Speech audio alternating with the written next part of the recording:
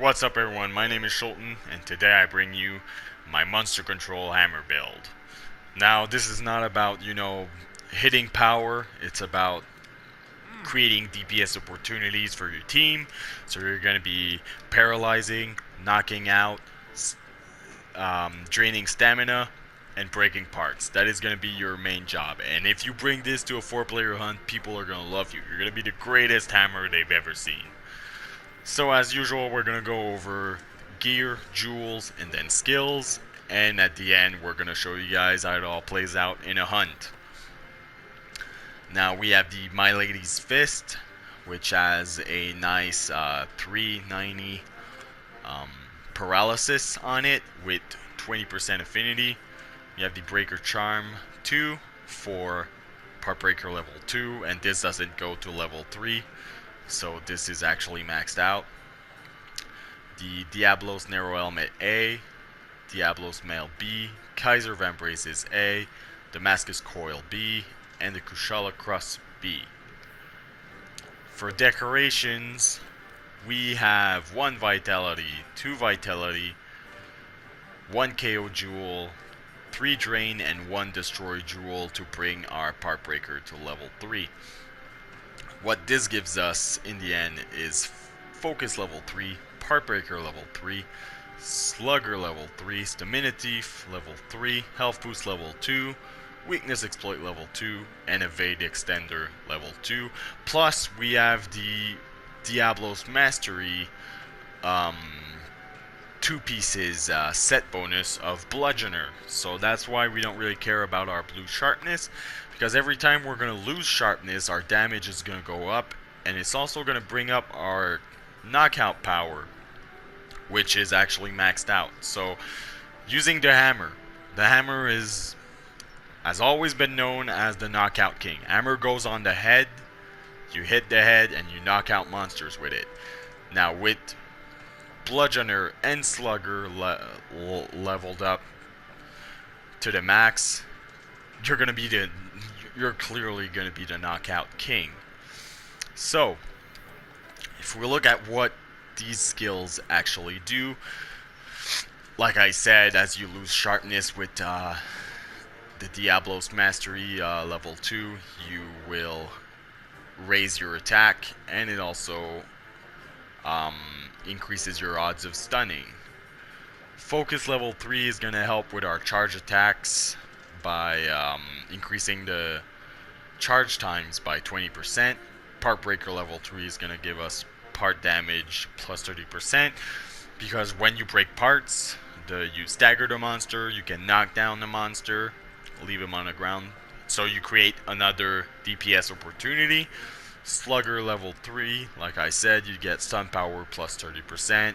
This paired up with Bludgeoner, you're going to be knocking monsters left and right, which creates again another great DPS opportunity for your team. Stamina Thief level 3, exhaust power plus 30%.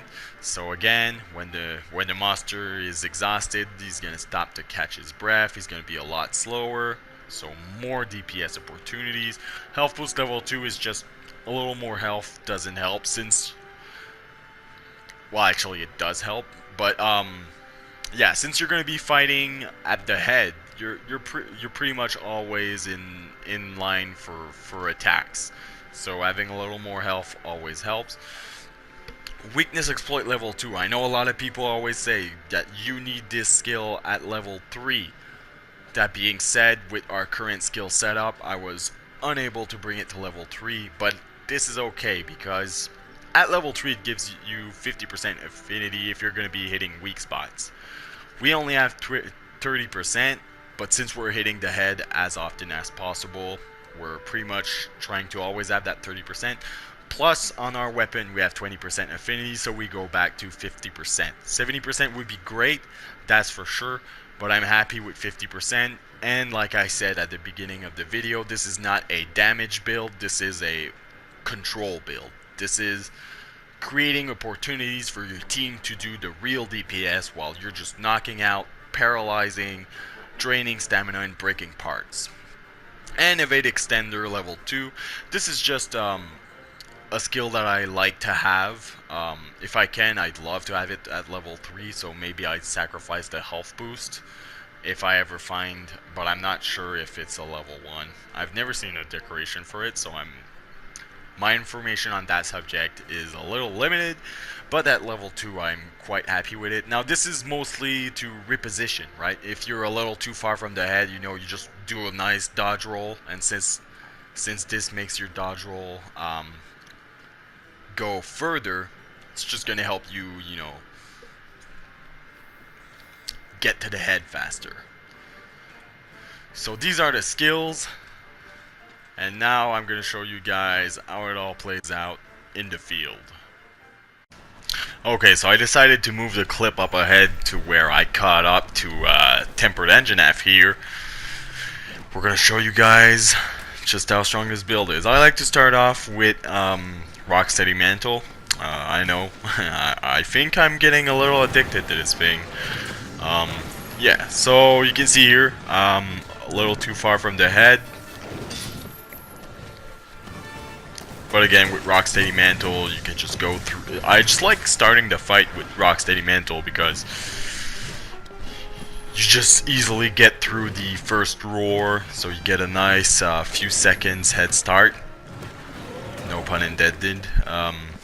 Already you can kind of see the power of the hammer on its own, right? You're just already seeing the effects, right? The monster is getting staggered a lot. And every time the monster's staggered, you can tell yourself, well, he's not attacking. That's always good.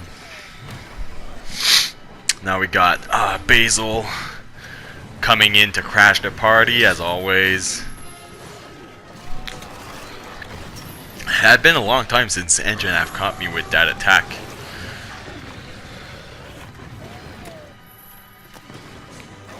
So now, bring your dung pods as usual. Dung pods are a must in late game, especially when you're on your own. Here we have our first paralysis. So again, great DPS window there. Now he's knocked out.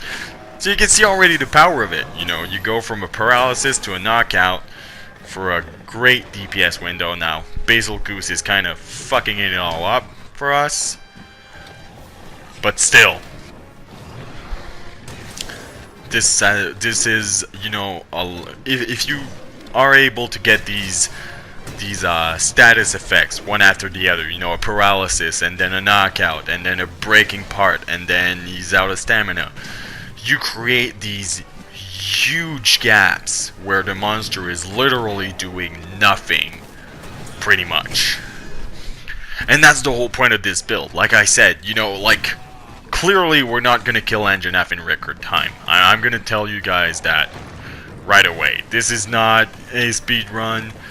This is just showing what you can do with the build. You know, your job is to, you know, you're pretty much a crowd control build. Your job is to control the monster, to keep him still and easy to hit for the rest of your team.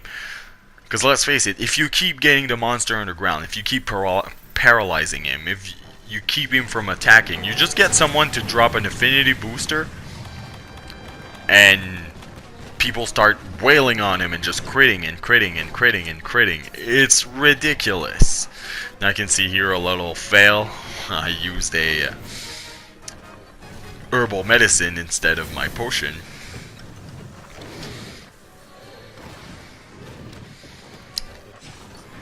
But clearly this is, it's a nice change of pace. You know, I've done, if you see my other videos, you've seen that most of my builds were, you know, DPS builds, but this one is a nice change of pace. You know, your goal is to help your team.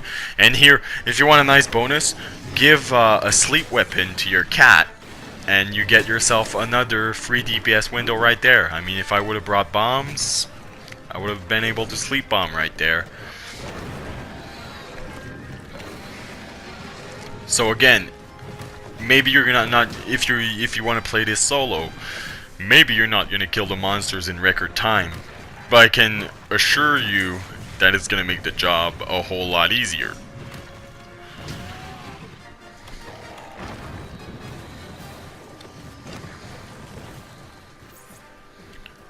And again, you know, now we're in the green sharpness, so our damage went up, our stun went up.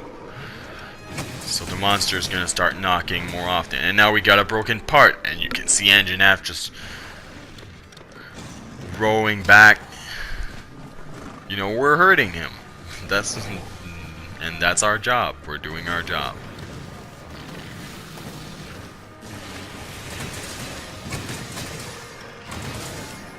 And here you go. We got ourselves a knockout. So again, another huge DPS window. This is perfect time. And we got ourselves a paralyze. So we got a knockdown into a paralyze. This is crazy. You know, look at all this time. And he's knocked out again. So again, just look at the time where Anjanath is just doing nothing. You're just wailing on him. So now imagine that, but with 3 other hunters.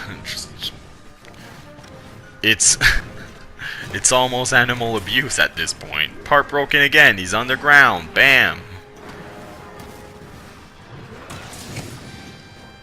I mean, I almost feel bad. This is... You are literally dominating.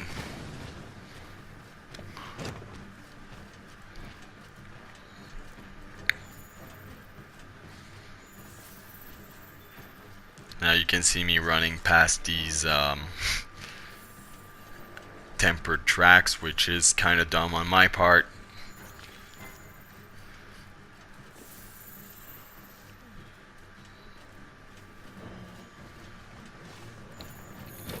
And here you go. Time for another round.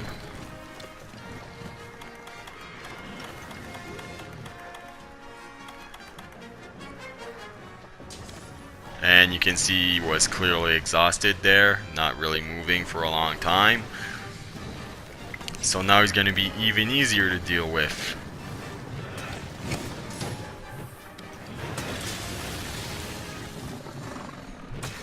And another knockout. Anjanath back on his back.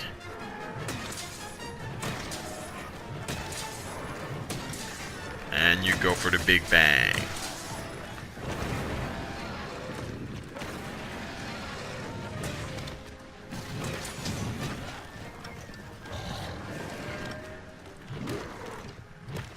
And he's falling asleep again. So again, if I would have brought bombs, that would have been another nice opportunity.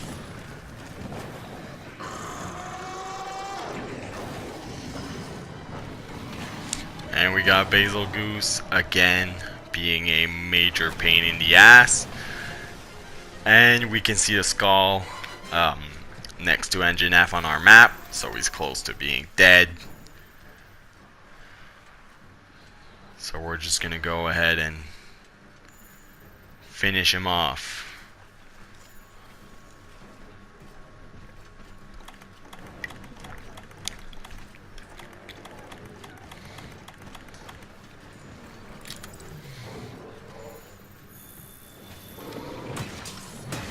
And he's just staying there, exhausted.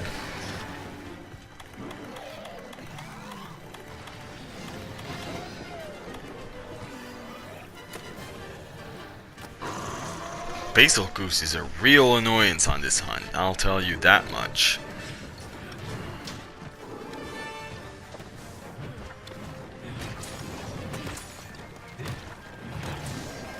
And you gotta love the golf swing also. It has so much power behind it. I mean, playing Hammer is literally the power fantasy right there. You can feel the power in every swing. You almost feel bad about it. Again, flash pods are great if you don't want a monster to get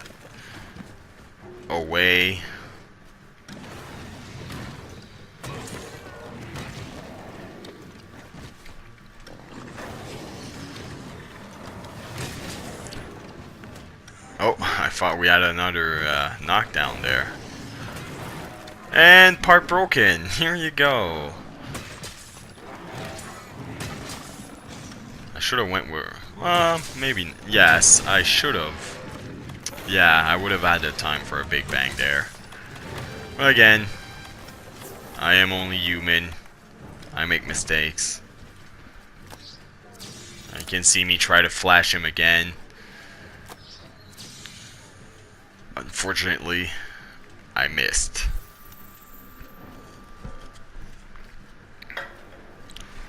So now he's going at his nest. Going to die. Just trying to catch up to him. If you can, try to not have the monster sleep.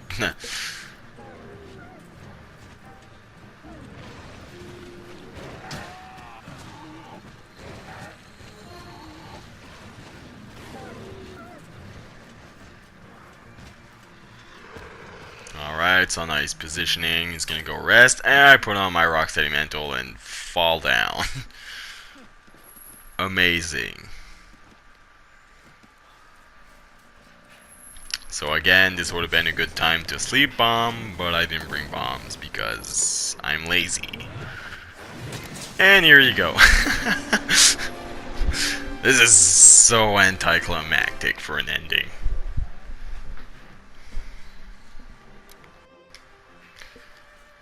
So yeah, this is the build. I hope you like it. I hope you try it. And I'll see you guys in the next video. Peace.